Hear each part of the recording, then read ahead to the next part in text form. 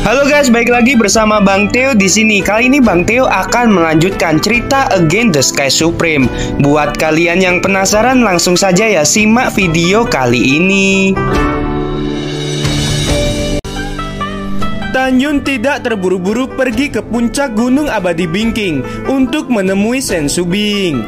Tan Yun melepaskan kesadaran spiritualnya dan segera menyelimuti puncak gunung. Setelah mengamati dengan cermat warna bebatuan dan tanah, Tan Yun akhirnya memutuskan bahwa tidak ada yang memindahkan kuburannya. Tidak ada orang yang mengebor peti matinya hanya untuk memastikan Tan Yun benar-benar mati atau tidak. Setelah memastikan bahwa tidak ada orang yang memindahkan kuburannya, itu artinya semua orang percaya bahwa Tan Yun sudah mati. Ketika Tan Yun hendak menuju Gunung Abadi Bingking, tiba-tiba suara kecemasan datang dari belakang gunung. "Senior, kamu adalah guru Nona." Sebuah suara yang familiar masuk ke telinga Tan Yun, dan hati Tan Yun menegang. Mungkinkah sesuatu terjadi pada Sen Subing? Tan Yun tiba-tiba menoleh ke belakang, menatap Sen King Feng yang terbang di puncak. Tan Yun mengerutkan keningnya. "Saya adalah guru Subing, ada apa?" Junior Sen King Feng adalah pelayan Sen Subing dan dia ken taman pengobatan Lingsan. Sen King Feng cemas dan bersujud. "Senior, Junior sudah menunggumu. Tolong bantu Nona." Tan Yun menginjak singa naga emas untuk terbang ke puncak, menemui Sen King Feng dan berkata dengan tergesa-gesa, "Cepat, apa yang terjadi pada Subing?" Sen King Feng berkata dengan air mata berlinang, "Senior, bukankah Anda memurnikan Pilzun kebangkitan terbaik lebih dari setahun yang lalu? Setelah Nona memberikannya kepada Kepala Tang, Kepala Tang memang mendapatkan kembali kesadarannya dan menjadi bangun. Kemudian Kepala Tang meminum 1 kapsul sebulan selama 6 bulan berturut-turut. Tetapi setelah meminum 6 kapsul, kondisinya menjadi sangat kritis. Kejadian ini mengejutkan para tetua gerbang abadi Danmai, dan mereka mendiagnosis bahwa 3 jiwa, 7 jiwa dan jiwa surgawi pusat Kepala Tang telah rusak. Dalam hal ini, mereka mengambil kesimpulan bahwa Pilzun kebangkitan jiwa telah menjadi racun yang kronis. Sekarang Kepala Tang telah koma selama 9 bulan dan situasinya sangat kritis sekarang. Penatua gerbang abadi telah mendiagnosis bahwa Kepala Tang jiwa hidupnya telah rusak. Penatua kedua gerbang abadi berkata, Kepala Tang tidak dapat disembuhkan. Ketika Kepala Tang meninggal, dia ingin Sen Subing dibunuh. Mendengar ini, Tan Yun sangat marah. Tetua kedua gerbang abadi Danmai salah mendiagnosis. Apa hubungannya dengan Sen Subing? Tan Yun menahan amarahnya. Dengan cemas mendesak untuk bertanya, di mana Subing sekarang? Bagaimana keadaannya sekarang? Sen King Feng menyeka air matanya dan berkata, Nona dipenjara di gerbang abadi. Sudah lebih dari setengah tahun di penjara. Sebulan yang lalu Junior pergi menemuinya sekali, dan Nona dipukuli dengan tidak manusiawi. Tan Yun mengepalkan tangannya. Siapa yang berani melakukannya? Senior, Junior tidak tahu. Sen King Feng berteriak. Ketika Junior ini menemui Nona, dia habis disiksa dan mengigau terus memanggil gurunya. Setelah mendengarnya, Tan Yun memikirkan senyum Sen Subing sebelumnya, dan kemudian memikirkan apa yang terjadi sekarang. Tan Yun merasa sedikit tertekan. Senior, aku mohon, cepat dan selamatkan Nona. Sen King Feng memohon, dan ketika dia ingin bersujud, Tan Yun memegang Sen King Feng dengan tangannya dan berkata dengan tegas, jangan khawatir, orang tua ini akan menyelamatkannya. Biarkan aku memikirkan bagaimana caranya. Baiklah senior. Sen King Feng berdiri di samping dengan hormat, takut mengganggu lelaki tua di depannya. Di bawah jubah napas dingin kura-kura, alis Tan Yun terkadang mengerutkan kening dan terkadang meregang, merasa bahwa masalah ini sangat sulit. Pertama-tama, para tetua gerbang abadi semuanya memiliki kekuatan dari alam jiwa ilahi. Ketika Tan Yun pergi dengan keadaan seperti ini, dia akan mudah dikenali sebagai tingkat ke-9 dari alam jiwa janin. Bagaimanapun, jubah dingin nafas kura-kura hanya dapat mencegah kultivator di alam pemurnian jiwa tingkat kesempurnaan. Tan-Yun sepertinya memikirkan sesuatu. Alisnya terentang dan dia memandang Shen Qingfeng dan berkata, "Jangan khawatir, lelaki tua ini akan menyelamatkannya." "Terima kasih senior, terima kasih senior." Shen Qingfeng sangat bersemangat. Setelah itu, Shen Qingfeng melihat ke makam Tan-Yun dan menghela napas. Senior bisa datang mengunjungi bocah bau ini, dan ini juga merupakan berkah bagi bocah bau ini. Shen Qingfeng menggelengkan kepalanya dan tidak berkata apa-apa lagi. Matanya dipenuhi dengan kesedihan. "Jangan sedih, kupikir Tan-Yun akan menyalahkan dirinya sendiri saat melihatmu sedih karena dia." Tan-Yun menginjak singa naga emas, terbang menuju kota Huangfufang yang berjarak 660.000 mil jauhnya. Keesokan harinya, pada siang hari di pelelangan Huangfu, Tan-Yun memasuki pelelangan dan seorang murid perempuan menyambutnya. Tanpa menunggu murid perempuan itu berbicara, Tan-Yun berkata, "Apakah Laude ada di sini?" Lelaki tua ini sedang terburu-buru untuk menemuinya.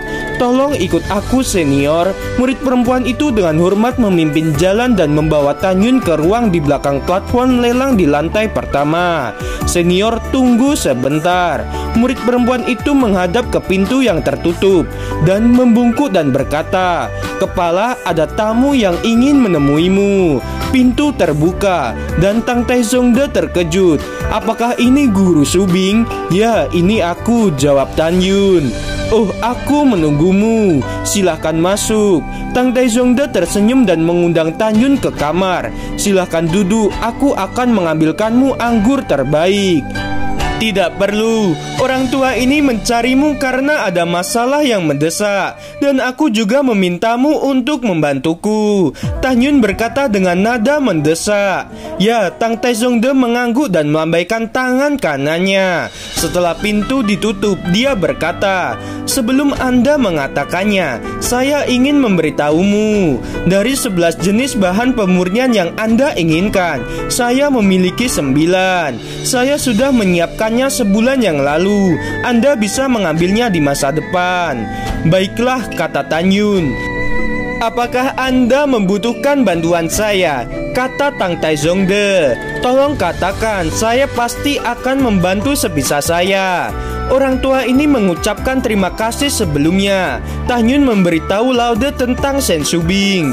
Tang Taizongde terkejut. "Saya juga ingin menyelamatkan gadis Shen, tetapi bagaimanapun juga ini adalah masalah internal dari Danmai. Saya benar-benar tidak dapat membantu."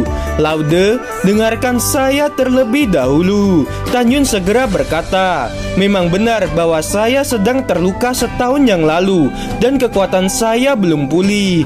Orang tua ini akan pergi ke gerbang abadi Danmai untuk menyelamatkan muridku. Tetapi aku tidak mau identitasku diketahui oleh penatua gerbang abadi. Oleh karena itu saya meminta Laude untuk membantu saya mendapatkan jubah napas dingin kura-kura yang dapat mencegah kultivator alam jiwa ilahi untuk mengintip. Tentu saja aku akan membayarnya." Mendengar ini, Tang Taizongde segera setuju. Masalah ini mudah untuk ditangani. Setelah itu Tang Taizongde berkata dengan keras, "Dia Ken Wang." Tidak lama kemudian Wang Su muncul di luar pintu. "Bawahan ada di sini. Apa perintah kepala?" Segera pergi melalui formasi teleportasi dan pergi ke kantor pusat Huangfu. Ambil jubah dingin nafas kura-kura yang mencegah kultivator alam jiwa ilahi untuk mengintip. Ingatlah untuk memberitahu kakak laki-laki saya bahwa saya sangat membutuhkannya." Setelah Tang Taizongde memerintah, Wang Su langsung pergi. "Tamu terhormat, apalagi yang harus saya lakukan?" kata Tang Taizongde. Ya, Tan-Yun mengepalkan tangannya dan membungkuk sedikit. "Laude, tolong temani saya secara pribadi untuk mengunjungi gerbang abadi. Kamu adalah bawahan langsung dari kepala sekte saat ini. Jika kamu datang menemani saya, seharusnya tidak ada seorang pun yang dapat menghentikan kita." Ya, tapi apa yang harus saya lakukan ketika menemanimu? Tan Taizongde bertanya dengan bingung. Tan Yun berkata dengan jujur, kita akan membuat sandiwara. Membuat sandiwara? Bagaimana melakukannya? Tang Taizongde menyilangkan alisnya. Aku benar-benar ingin membantumu, tapi aku tidak bisa bertindak karena posisiku. Apalagi ikut campur dalam urusan internal Danmai dengan mengatasnamakan kepala sekte. Jangan salah paham dengan orang tua ini. Tan Yun berkata, kamu hanya perlu menemani lelaki tua ini ke gerbang abadi. Berpura-pura sangat menghormati lelaki tua ini. Kamu tidak perlu khawatir tentang hal-hal lain. Baiklah kalau begitu, saya akan menemani Anda setelah dia Ken Wang mengambil jubah dingin nafas kura-kura. Ngomong-ngomong, aku akan memberimu 11 jenis bahan pemurnian yang kamu inginkan, atau aku akan memberikannya kepadamu setelah gadis Shen diselamatkan. Tan Yun berkata tanpa ragu-ragu, kita selamatkan muridku dahulu. Saya akan membicarakan sisanya nanti. Bagus. Setelah Tang Taizongde menjawab berulang kali, dia tampak ingin berbicara tapi berhenti. Melihat ini Tan Yun berkata dengan tegas, Laude, jangan khawatir. Setelah Subing diselamatkan, saya akan mengambil bahan pemurnian. Transaksi kedua kita akan segera dilanjutkan. Baiklah jika Anda berkata begitu, aku merasa lega. Tang Taizongde tersenyum. Pada saat yang sama, di Gunung Lu Daoxian, saudara Lu, ayo segelas anggur pertama ini. Saya berterima kasih kepada Anda karena melindungi saya dan putraku menjadi murid langsung ayahmu. Aku akan minum terlebih dahulu, kata Pang Siyuan.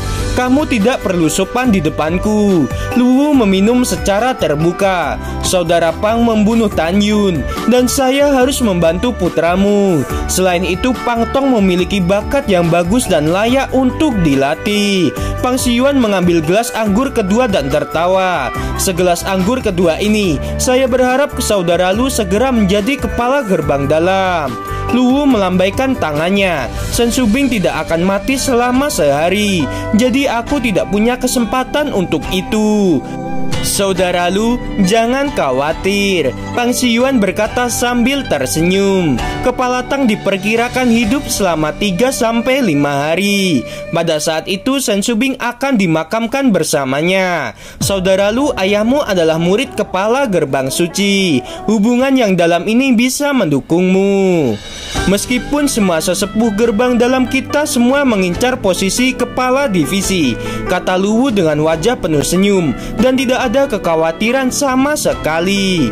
Pang Siyuan berkata dengan bingung sambil bersulang, saudara Lu, menurutmu siapa yang membunuh Sun Abe dan keponakanku? Sudah lebih dari setahun dan tidak ada petunjuk. Luwu bergema.